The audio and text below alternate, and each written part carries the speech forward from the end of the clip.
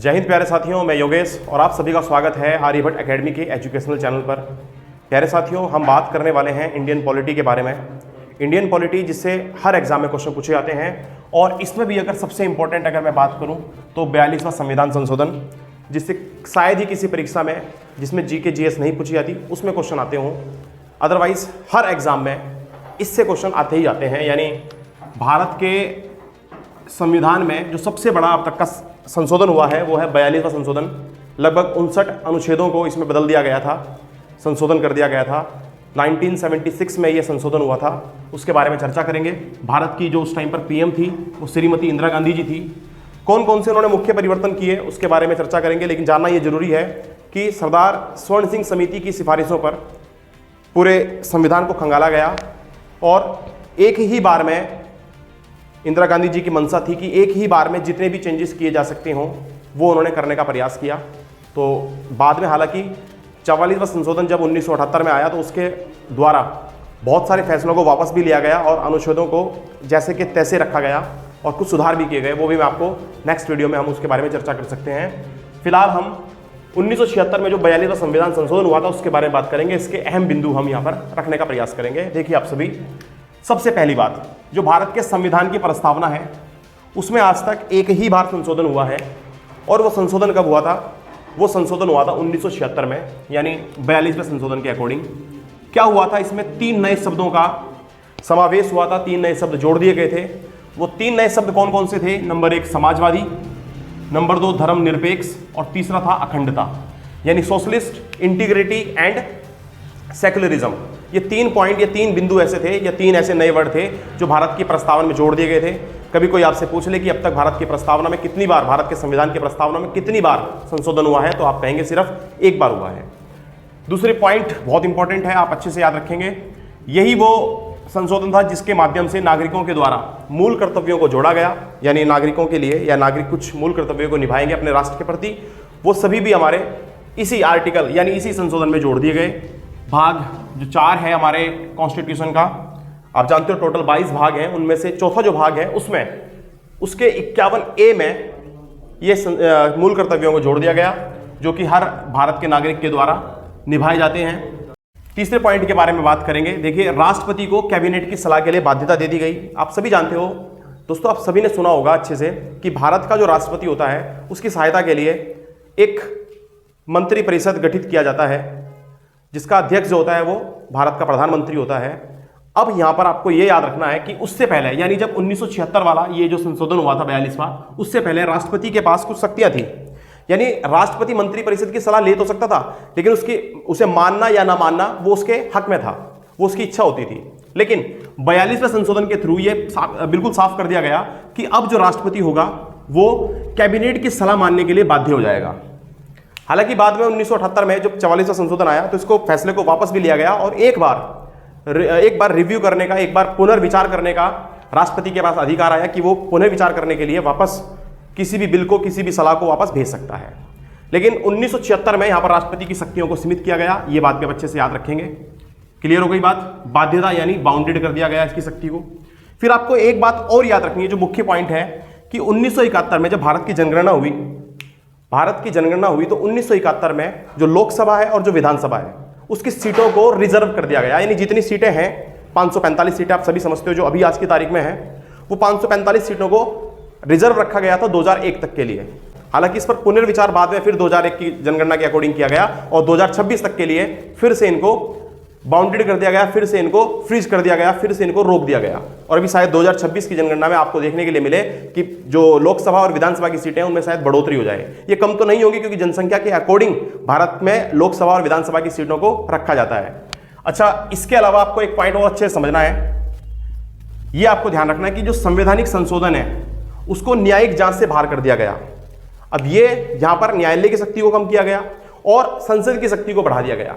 यानी संसद अगर कोई बिल लेकर के आता है और कोई एक्ट बन जाता है, तो अगर वो एक्ट गलत भी है तो न्यायालय के पास कोई रिव्यू देने का दोबारा से मौका नहीं होगा, यानी उसकी पावर को कम कर दिया गया। यानी अगर संवैधानिक संशोधन कोई कर दिया गया है तो न्यायालय के पास, यानी भारत का जो उच्च न्यायालय है या उच्चतम न्यायालय है, उन दोनों में से किसी के पास भी कोई दोबारा से जुडिशियल रिव्यू करने का कोई अधिकार नहीं बचता।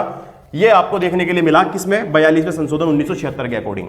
हालांकि इसमें भी बाद में 1978 के अकॉर्डिंग इसमें भी फिर वापस फैसले लिए गए और इसको भी सुधारा गया। वो भी मैं आपको बताऊंगा कैसे कैसे, वो हम नेक्स्ट वीडियो में बात करेंगे। अगला एक और इंपॉर्टेंट पॉइंट, लोकसभा और विधानसभा। ये पहली बार ऐसा हुआ था भारत के अंदर कि लोकसभा और विधानसभा का जो कार्यकाल है उसको 5 साल से बढ़ा करके, यानी 1 साल और बढ़ा दिया गया और 6 साल तक के लिए कर दिया गया। ये भी इंदिरा गांधी जी के समय पर ही हुआ था, और क्योंकि उस टाइम पर नेशनल इमरजेंसी लगी हुई थी एक प्रकार से, तो उस टाइम पर ये इंदिरा गांधी जी ने क्या किया था, 1 साल के लिए लोकसभा के इलेक्शनों को बढ़ा दिया, कार्यकाल को बढ़ा दिया गया ताकि उनको ज्यादा से ज्यादा टाइम मिल सके। अच्छा, इसके अलावा आपको एक पॉइंट और याद रखना है, संसद की शक्तियों को असीमित कर दिया गया। जो मैं पहले भी चर्चा कर चुका हूं कि किसी भी फैसले के लिए अगर कोई संवैधानिक संशोधन हमारी कंट्री में हो रहा है, हमारे संविधान में हो रहा है, तो उसके लिए न्यायिक शक्तियां, जो भारत का न्यायालय है, वो क्या करेगा, वो जो है जुडिशियल रिव्यू नहीं कर पाएगा। और ऐसे में संसद को पूरा पूरा अधिकार दे दिया गया कि वो किसी भी प्रकार से, यानी कितने भी बार किसी भी फैसले को उच्चतम तक पहुंचा सकता है, संशोधन कर सकता है हमारे संविधान में। हालांकि इसमें भी बाद में फिर 1978 के जो संविधान संशोधन हुआ 44वां, उसके अकॉर्डिंग ये कह दिया गया कि जो संसद की शक्तियां होंगी वो लिमिटेड होंगी, जबकि 42वें संशोधन के अकॉर्डिंग शक्तियों को पूरी तरह से बढ़ा दिया गया था, असीमित कर दिया गया था। 9वें पॉइंट के बारे में बात करें तो आप याद रखेंगे 3 नए नीति निदेशक तत्व जो है वो इसमें जोड़ दिए गए। जैसे एक तो समान न्याय, यानी हर व्यक्ति के लिए, चाहे वो किसी भी जाति, किसी भी धर्म, किसी भी लिंग का हो, उसको समान न्याय मिलेगा। निःशुल्क विधिक सहायता उसको मिलेगी, यानी कोई व्यक्ति जिसको कि कोई वकील नहीं मिल पा रहा है या फिर उसके पास पैसे की कमी है जिसके कारण वो वकील नहीं कर पा रहा है अपना, तो ये भी एक यहां पर फैसला लिया गया कि उसको जो है वो निःशुल्क वकील की एक सहायता मिलेगी, यानी इसको एक सरकारी वकील मिलेगा। इसके अलावा उद्योगों एवं प्रबंधों में जो प्रबंध होते हैं, उद्योगों और प्रबंध यानी मैनेजमेंट के जितने भी क्षेत्र होंगे या फिर उद्योगों के जितने भी मामले होंगे, उन सभी में जो कर्मकार लोग हैं, यानी जो कार्मिक हैं, यानी जो कर्मचारी हैं, उनकी भी भागीदारी इसमें देखने के लिए मिलेगी। यानी कोई भी फैसला अगर किसी कंपनी से या किसी उद्योग से जुड़ा हुआ है तो उसमें जितना अधिकार मालिक का रहेगा उतना ही अधिकार उसमें किसका रहेगा, आप कहेंगे मजदूर का भी रहेगा, ताकि मजदूरों के किसी भी प्रकार से मजदूरों का हनन नहीं किया जा सके। तो उम्मीद करूंगा इतनी बातें आपके अच्छे समझ में आई होंगी। यहां से फिर प्यारे साथियों, आपको एक पॉइंट और अच्छे से याद रखना है, वो क्या है, पर्यावरण संरक्षण एवं वन्य जीवों की रक्षा। ये पॉइंट भी इसमें जोड़ा गया, यानी 42वें संविधान संशोधन के अकॉर्डिंग ही कहा गया था कि पर्यावरण का संरक्षण होगा और संवर्धन होगा, साथ साथ वन्य और वन्य जीवों, यानी वन और वन्य जीवों की भी रक्षा करना भारत के हर व्यक्ति का कर्तव्य है।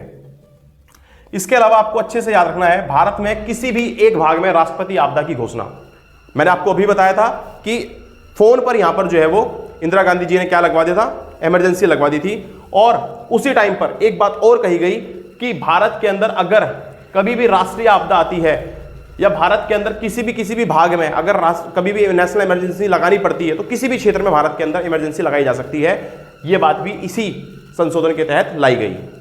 पॉइंट यह भी याद रखना है कि राज्य में अगर राष्ट्रपति शासन है और राष्ट्रपति शासन को अगर पूछा जाए कि कितने समय तक के लिए रखा जा सकता है, तो पहले ये होता था 6 महीने के लिए, कि एक बार राष्ट्रपति शासन अगर लग जाए तो 6 महीने तक वैलिड रहता था, लेकिन इसके समय को बढ़ा करके 1 साल तक इसकी बढ़ोतरी कर दी गई।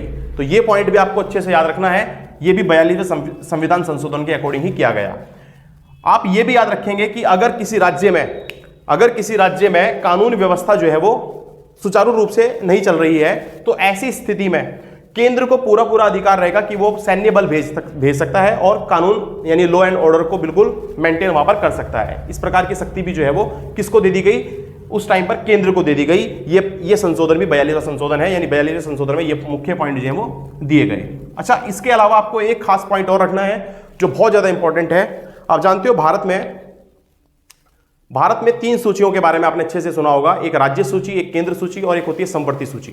तो राज्य सूची में उस टाइम पर 5 महत्वपूर्ण विषय हुआ करते थे, जैसे शिक्षा और वन के बारे में बात करें, नापतोल वगैरह वगैरह, इन सब के बारे में उस टाइम पर राज्य सूची में ये सारे के सारे थे। लेकिन इन सभी को समवर्ती सूची में निकाल करके रख दिया गया, यानी राज्य सूची से समवर्ती सूची में इनका स्थानांतरण कर दिया गया। तो ये भी आपको देखने के लिए मिला किसमें, 42वें संविधान संशोधन में। और इस प्रकार से जो है वो भारत के संविधान में एक महत्वपूर्ण परिवर्तन आपको देखने के लिए मिला।